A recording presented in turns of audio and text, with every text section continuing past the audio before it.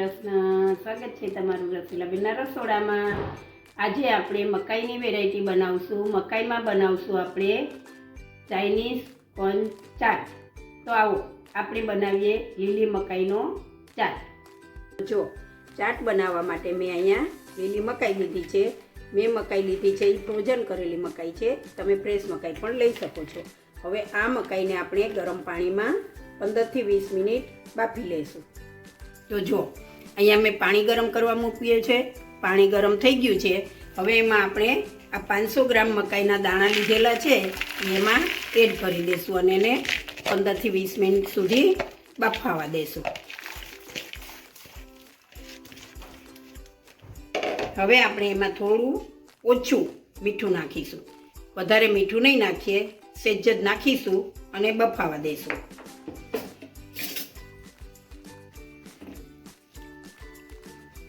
હવે આને આપણે થોડી વાર ઢાંકી દઈશું.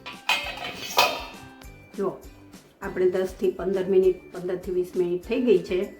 હવે આપણે ઢાંકણ ખોલીને જોઈ લઈએ. મકાઈ આપણી બફાઈ ગઈ છે.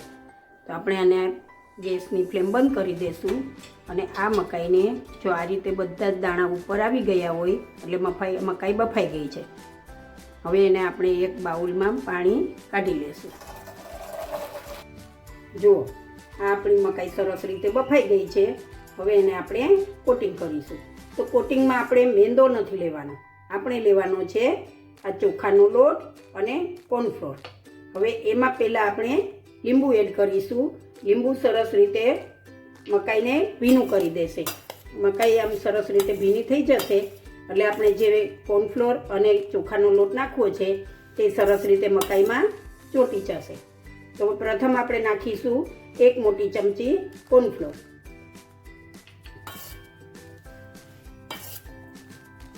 એને સરખી રીતે હલાવી અને આપણે નાખીશું 2 મોટી ચમચી જેટલો ચોખાનો લોટ અને એમાં આપણે નાખીશું થોડું સ્વાદ મુજબ મીઠું. થોડા નાખીશું આપણે સૂકું મરચું.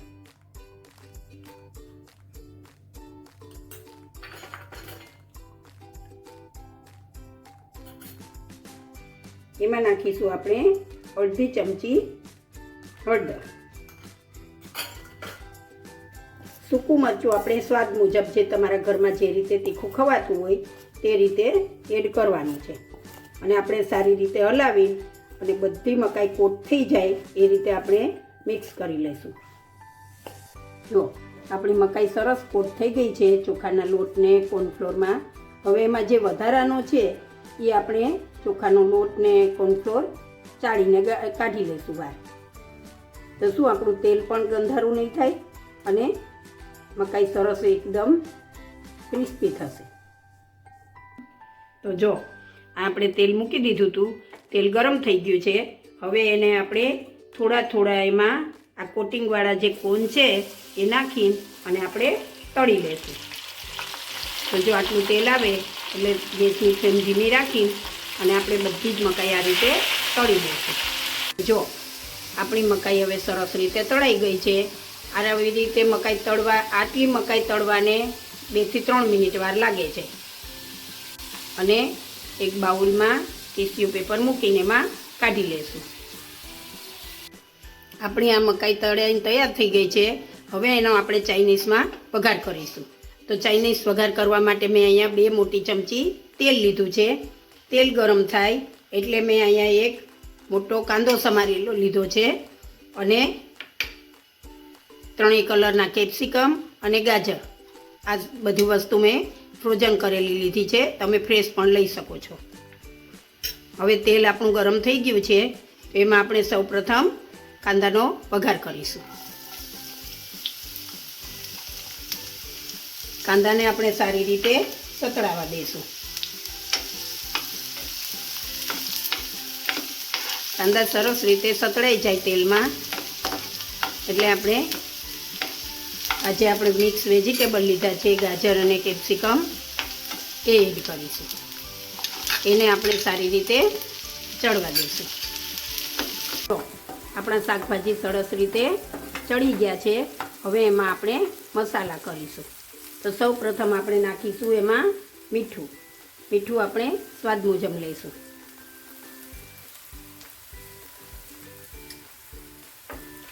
એમાં નાખીશું આપણે ગ્રીન ચીલી સોસ. 1 ચમચી જેટલો આપણે ગ્રીન ચીલી સોસ ઉમેરીશું.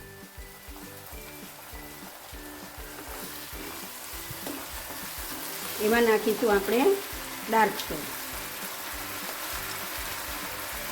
ડાર્ક સોસ પણ આપણે 1 ચમચી જેટલો ઉમેરીશું, જેને આપણે સોયા સોસ કહીએ છીએ.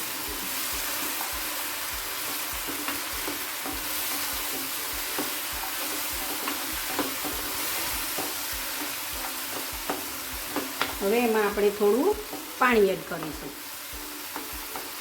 પાણી આપણે થોડુંક જ એડ કરવાનું છે. પાણી ગરમ થઈ જાય એટલે આપણે એમાં નાખીશું આપણે જે કોર્નફ્લોરની સ્લરી બનાવી છે એ અંદર એડ કરી દઈશું.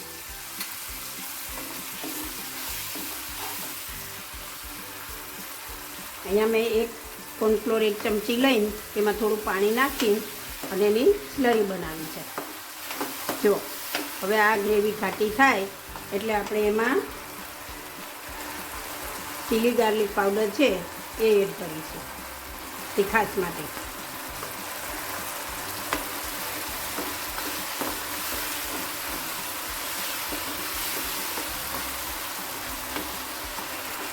હવે એમાં આપણે થોડું લીંબુ એડ કરીશું.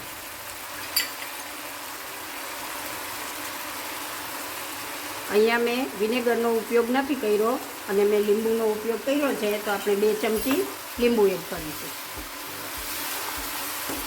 જો આપણી ગ્રેવી સરસ રીતે તૈયાર થઈ ગઈ છે. હવે એમાં આપણે મકાઈ એડ કરી દઈશું. જે આપણે આ કોર્નફ્લોરને નાખીને તળેલી મકાઈ છે એ એમાં એડ કરી દઈશું અને સરસ રીતે હલાવી દઈશું.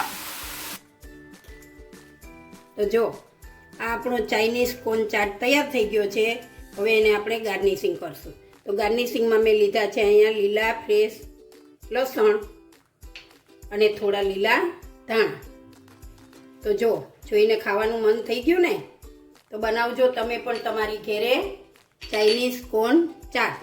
તો જુઓ તૈયાર છે ચાઇનીઝ કોર્ન ચાટ. તમે પણ ઘરે બનાવો અને એનો ટેસ્ટ કેવો લાગ્યો એ મને કમેન્ટ બોક્સમાં જણાવો. જો તમને મારી આ રેસીપી ગમે તો મારા વિડીયોને લાઈક કરો, શેર કરો અને મારી ચેનલને સબસ્ક્રાઈબ કરો.